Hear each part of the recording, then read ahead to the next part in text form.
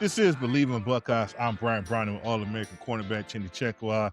We got a great show for you guys today because it's the offseason. We're talking ball, but we got one of our guys back, man. It's official. But hey, chill, man. What's going on out there, man? How you feeling?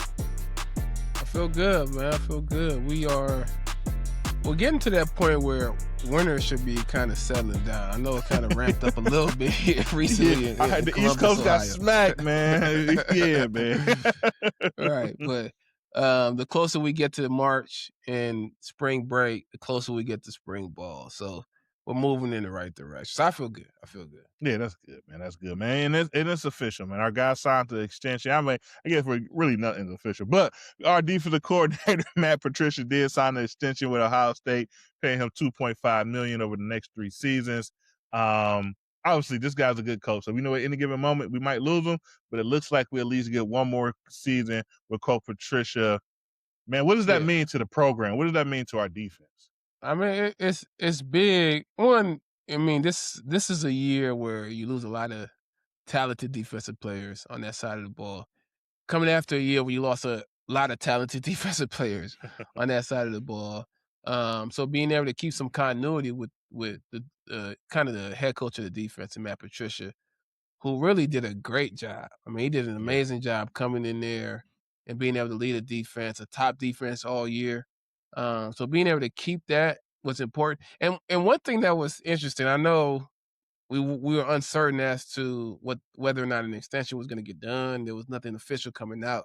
But then you see Matt Patricia showing up on recruiting visits, smiling with recruits and stuff. So, he's out on the road and doing some recruiting, and the players like him. So I think that's big time, especially given that there's going to be some replacements.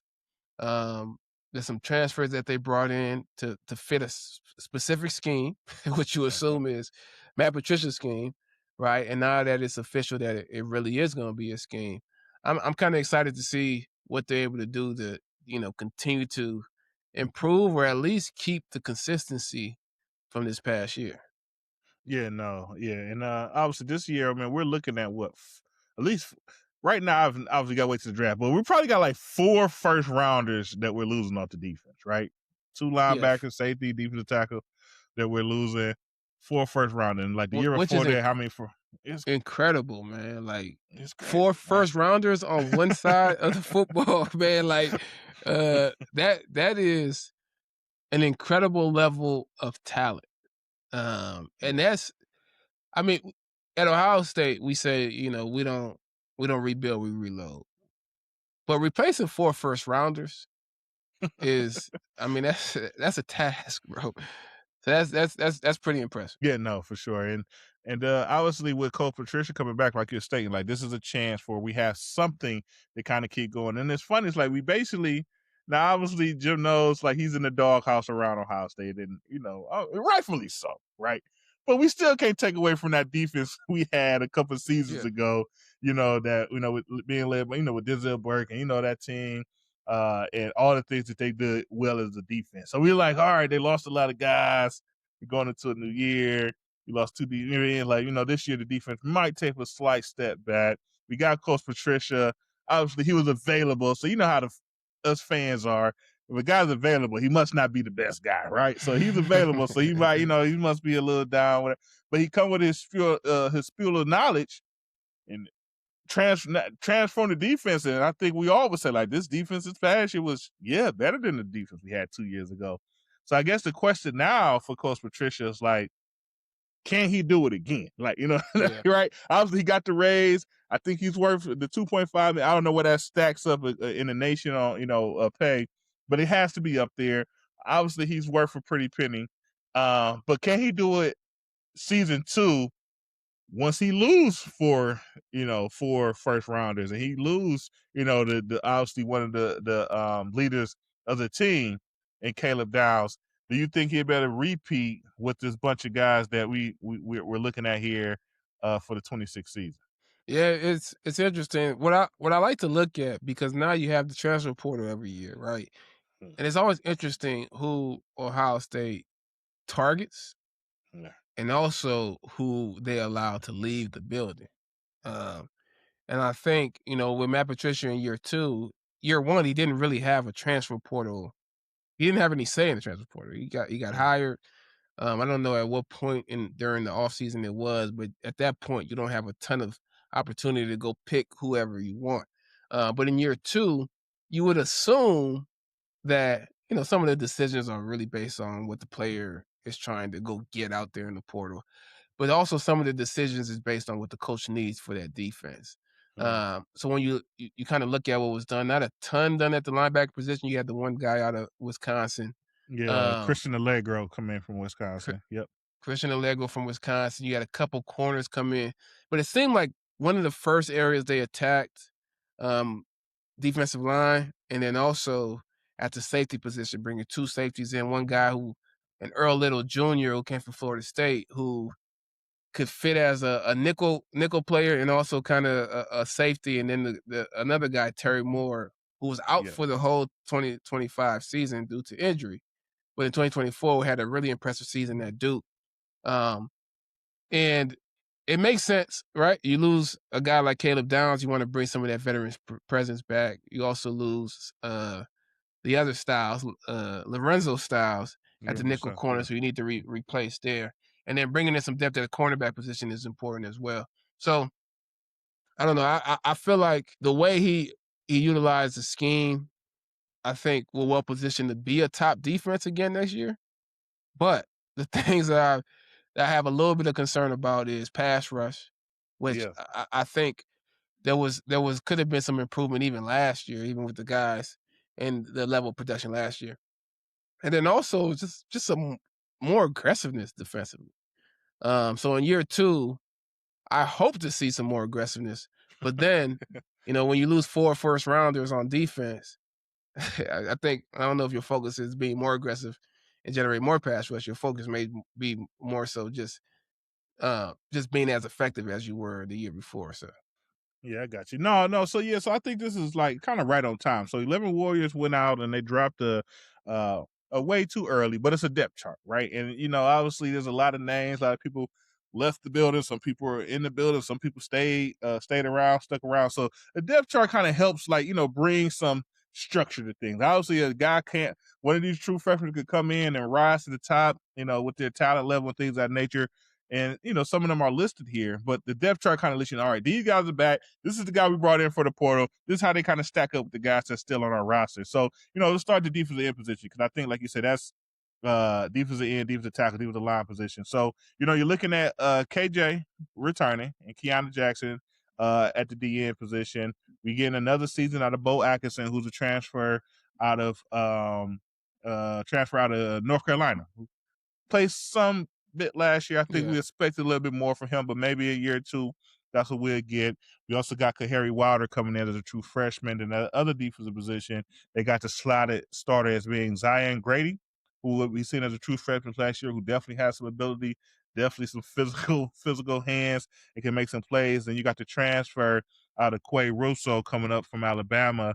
And then we also got Epi I'm gonna butcher his name, but Epi coming deep in don't the even end. try it. Don't even Yeah, try man. it. But Just, the just, young just call guy, him Epi. yeah, the young guy off out of California. I don't know, man. You said you had a reference about him and doing some things. Well, I don't know. We got to see a little bit more for him. But then off the defensive tackle, we got James Smith transfer from Alabama, Edric Houston. Then at the nose position, we got John Walker transfer out of UCF, and then you got Will Smith Jr., who's returning as well. Is this surprising to you? Obviously, we got to compete, right? We know Ohio State, they're going to let these guys go out there and compete for positions. But right now, the starter in that 3 tech position, they got slotted at the 2 spot behind James Smith. And then the guy that's replacing McDonald and Will Smith Jr., they also got him slotted as a backup, as a nose roll. What did that tell you, I guess, a little bit about their play? Like, obviously, the coaches somewhat is expecting a little bit more out of those guys. Is that fair to say? Yeah, I think it's fair to say. I think when you look at last year, we did this same kind of conversation last year, and we talked about the defensive line, and we wanted to see more from defensive line. But what we did know is that Caden McDonald came in certain situations the year before and blew things up. Right, guys, 5 yards Mhm. deep in the backfield, so we knew he was going to be a guy. We didn't know to what level. We didn't know maybe if he was going to be a first round pick or third round, projected fourth round, but we knew he was going to be a guy who could, man that spot. And I'm not certain that we've seen that same level from the guys that are currently there. And for whatever reason, right? They've played, a guy like Will Smith has played, and you hope to see him take another step. But it isn't the same type of situation as last year where we said, well, Caden McDonald seems like a guy. Like we even brought Denzel Burke, on the On the podcast and show. asked him like, Yeah. who's your breakout players? Like, who's some of your guys? Like, yeah, K Mac is going to be one of those guys, right? So I think from a coach's perspective, it's the same thing. It's like you hope that these guys, fill these roles and get to and hit that next level. But the uncertainty means we're going to bring some guys in to compete. And that's what I'm kind of interested in is the transfer guys. I feel like on the defensive line, it doesn't feel like we've brought in a transfer portal guy who's been, like a star, right? They've Yeah, right. contributed, they've been a part of the mix, but they haven't been the standout guys. The guys who've been the standouts are the guys that we've brought We in, recruited. Yep. recruited, developed, and played. So I'm interested to see if a guy like Zion Grady takes that next step. I expect him to. Like that's my Yeah. expectation, right? Those are my expectations. But I think that the D tackle position, I feel like it feels like this year they're really leaning on the portal in terms of bringing in two guys inside. Uh, but we kind of see if guys like Will Smith are able to take that next step and be as effective as we've seen in the past. Yeah. Same thing for Edric Houston. So it's funny that, Will Smith and Edric Houston, both of these guys were defensive ends coming into Ohio State, right? And Yeah. we seen I think you seen Will Smith in high school. Obviously, he was right over in Dublin. I seen him in high school. Very talented defensive end, but you can tell he was a bigger body. He could put some weight on. He slide inside. Same thing with Edric Houston, right? Come in 4 or 5 star defensive end, playing a little bit. Like, hey, we think you got some opportunity inside. He slide inside. So both those guys are kind of newer into that role, and defensive end to defensive tackle, it's a much different game. What you're asked to do, what you have to do to be productive, totally different. So yeah, those guys are still growing into it. So hopefully they continue to do that, especially Edric Houston, right? Because obviously he was a starter last year, and you expect him to fight for that role. I don't think he's going to lay down his starting role, and he may shake out being a starter. Both of those guys will play, right? Him and Yeah. Jay Smith. But it's good to have some competition there to continue to let iron sharpen iron there in that situation. But let's John get Walker feels like the only like true nose tackle, right? And we, we yeah. play with a nose tackle. He just feels like the only like true nose tackle on the roster currently. So, I say on the roster. I don't know everybody on the roster, but in Yeah, terms yeah, of the but guys that are in the mix, uh, so I expect him to lean on him significantly in this next year. yeah, no. So now this is what things really get interesting to me. It's the linebacker position. Now it's funny. So the last couple years, right? We really been slight. We got two linebackers we're playing with, right? Patricia kind of had that situation going on. In certain situation, we go to a third linebacker. It's the same thing with our defensive coordinator before. Basically, two linebackers, and you had a safety that kind of always was there and around. We played a lot more nickel in these situations, but the linebacker position is really interesting to me because we brought in Christian Allegro from Wisconsin. We know he's a tackling machine. They talk about how much of a tough guy he is and how he plays the game and just have a lot of stats when it comes to tackle. We bring this guy in. We got Peyton Pierce there. Obviously, Peyton Pierce been, he's talked about for a couple of seasons now, right? And all the things that they believe that he could bring to the game. But it's interesting to me, like when you start looking at Riley Pettijohn, who will be going into his second year at Ohio State, who essentially played a lot as a freshman. I think, in my opinion, he played pretty well. But what does this say to you that a guy like Christian Allegro and Riley Pettijohn are really kind of competing for that second wheel linebacker spot? And it's Peyton Pierce safe. We got TJ Offer here. We got a lot of talent Yeah. and Sincere Johnson coming in and Eli Lee at the linebacker position as well. Do you think any of that's sketched in stone? Because to me, that's where the real competition is at this linebacker If position, because you're not rotating guys as much as you do with the defensive line. All those guys would probably play. The yeah. starters here will most likely see most of this real game Yeah, time. for sure. College football is interesting because you get kind of veteran versus talent in these types of situations, right? Especially at linebacker, where you bring in a guy from Wisconsin and Christian Allegro who has done it, right? So as a coach, you comfortable and trusting that this guy can go out there and execute the defense, right? And man the defense and do everything you need to do to get guys in the right spot, et cetera. Meanwhile, you got a guy like Riley Pettijohn, who to me is a super talented player. And what you're really not necessarily waiting on, but there's a necessary development that happens, especially at linebacker, with so many things you have to know defensively. It's a natural progression and development that has to happen to be able to play that position full time. So to me, that's the competition. To me, right? I feel like you have the known commodity in this guy who's played a lot of football, who can get it done, and then you got the future or current talent. It could be future talent or it could be current talent. And Riley Pettijohn, who you as a coach hopes takes the next level and next step and really blossoms into what his potential shows. So I expect him to play a lot of football. If he's not a starter, to me, I expect him to feel like the starter. And then Peyton Pierce, I think, there's an opportunity there as well for one of the other guys to compete with them. The challenge is when you're the guy with the mic in your helmet, right, and you're getting the defensive play calls, you communicating the defense, you're getting everybody in the right spot. Like, you got to really know what you're doing. I remember those linebacker meetings being a lot longer than the cornerback meetings. I used to think like that. Like, you really got to know a lot, and it's challenging for a young guy to just come in and do it. So, but some guys can do it. So, I think the linebacker position is interesting. I do think that will linebacker spot, as you mentioned, is one that a guy like Riley Pettijohn could, win that competition. Because, man, I think he has the talent. I think he has the physical skill and ability to be one of the next great Ohio State linebackers. Yeah, and it's interesting because obviously the closest example, and then we're just talking about linebacker position, is Arvell Reese, right? Reese, he didn't play. I think he played a little bit as a freshman, like some special teams. Second year, you seen him out there a little bit running around. It was in year 3, boom, wow, right? We see this talent go out there. He's out there, challenging offensive linemen. He's playing bubble. He's doing it all. And now we're talking about him potentially being the number 2 pick in the NFL draft.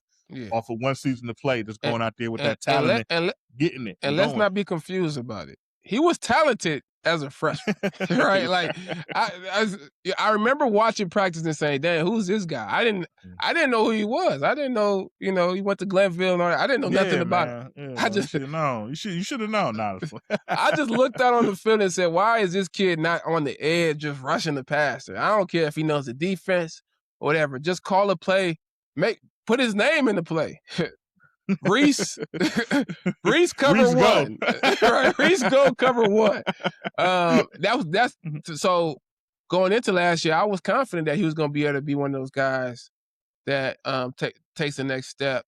And you hope that a guy like Riley Pettijohn, maybe a TJ Alford, are one of those guys as well, because the talent is there. Like, the physical raw ability is there, and you just got to be able to put it all together. And there's also that added element of having the defensive coaches trust you to be able to get it done as well. No, because another thing that's interesting about these linebackers, and we're going to hit this now because we got some other stuff to talk about, but I think it'll be interesting to see how we line up as a defense. Obviously, this past year, we kind of played like more, a lot of times, it's kind of like a bear front, right? Kind of had that nose in McDonald. You took Reese, you put him on the line, and you just challenged the whole offensive line. Like, hey, if you don't block me, and we're gonna make the play in the backfield, and I'm right here in your face. Can you get me? Probably not. And that's how we rolled as a defense. We really challenged offenses up front to see if you could do it, and obviously no one could really do it, right? When it really kind of got down to the gist of it. I don't think we would line up the same with these guys when you lose Arvell Reese and Sonny Styles, just due to, once again, their level of play and their talent. I don't think you could line up that same way with these guys and just challenge guys. I think we'll see some more bubble linebackers, some more traditional looks, 4-2 styles type of defense, because I don't know, we have to see, but I just don't know if we got the personnel to like kind of line up and challenge guys like we did before. But let's get into the defensive backs, man. So obviously we got Jermaine Matthews returning. We got Devin Sanchez, the 5-star, returning as well. But then you start looking at the depth. Obviously, we lost a lot in that defensive backfield to the portal. You start looking at names like Jordan Thomas, Dominic Kelly, the transfer coming in, Cam Calhoun, who's I think it was on his third or fourth school coming in.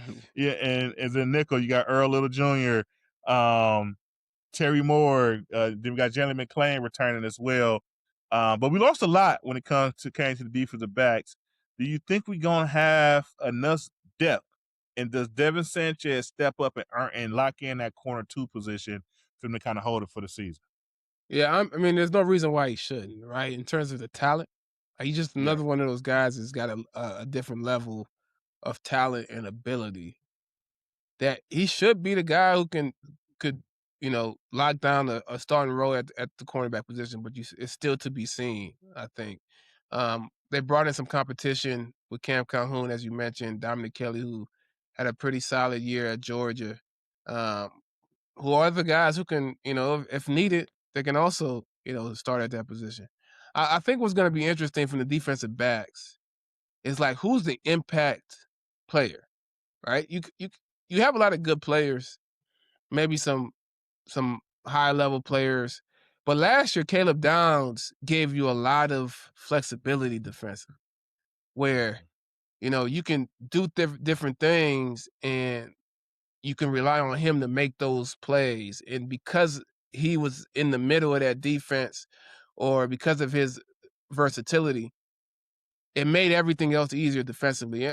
What I'm uncertain about is who is that guy next year, right? Is that Jermaine Matthews? Is that some of the guys you brought in from the transfer portal, or Earl Little coming out of Florida State, or Terry Moore, who had a really good year in 2024, is now coming off an injury from 2025. That's what's going to be interesting, because we talk about how great the defense was, and I'm a big believer in Matt Patricia, creating a defense that supports what the players do best, right?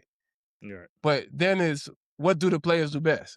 Like who was that impact player in the defensive backfield? So it's going to be interesting. I think there's going to be some competition at corner.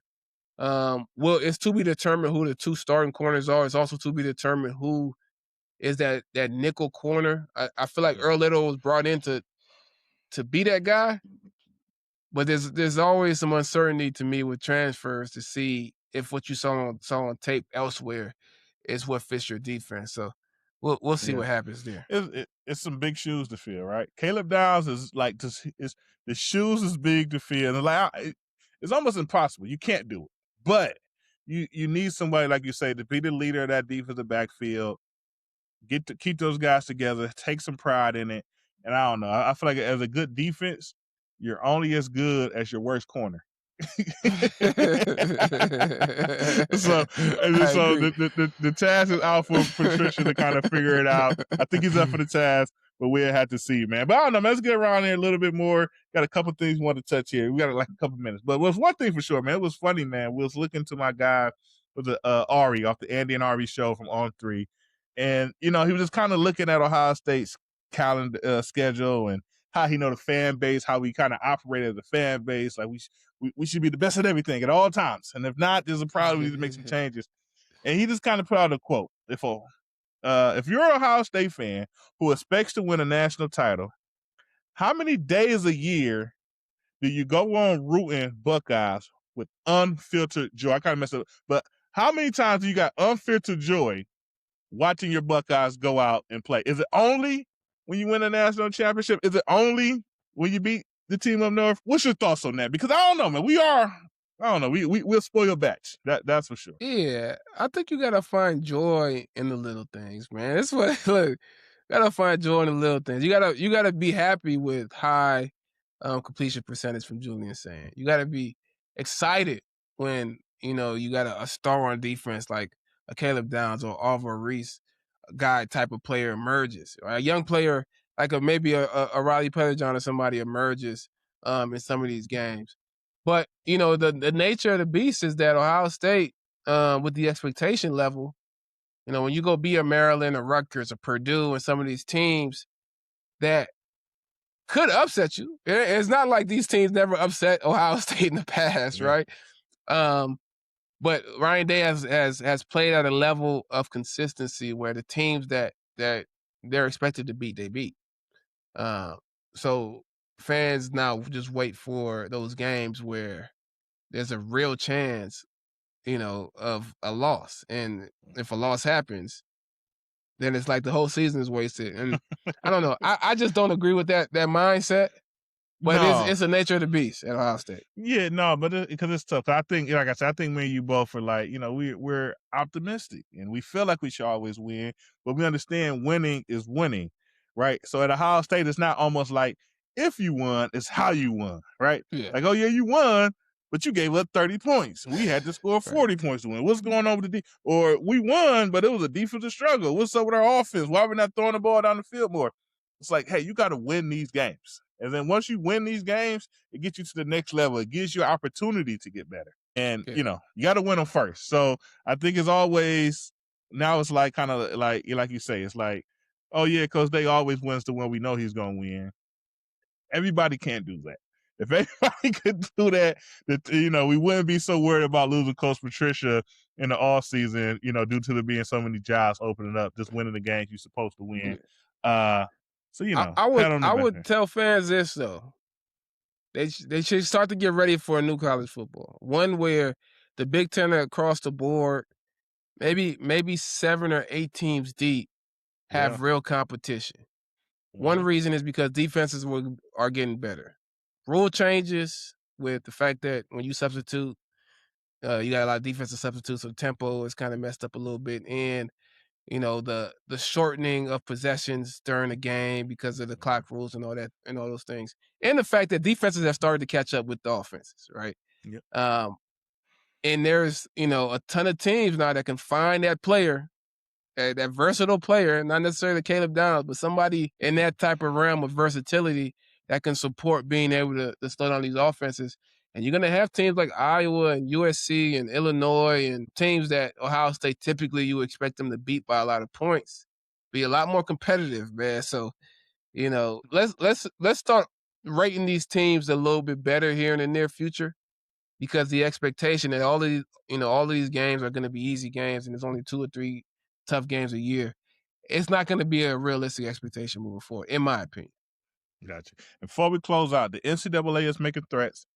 Now, I don't think me or you really believe that anything is going to happen, but they're making threats that once they kind of rule a player ineligible and, that they go ahead and let them play, right? They go to a judge, they file a lawsuit or whatever, and that judge kind of looks into it. And while they're looking into it, the player goes on the field, they still play because it's the court system. It takes a while for things to happen. If the player is ultimately determined that they was ineligible to play, they're talking about going back and revoking wins and pulling things off the table. I guess Indiana had a safety that's kind of in this realm, so they're going to pull the wins. They're going to pull a national championship from the Indiana Hoosiers. I don't think it's going to happen, but we bringing it up. Do the NCAA, they got a point here? Are they trying to get their power back? The NCAA will do a good job of vacating the wins of the teams that don't win much.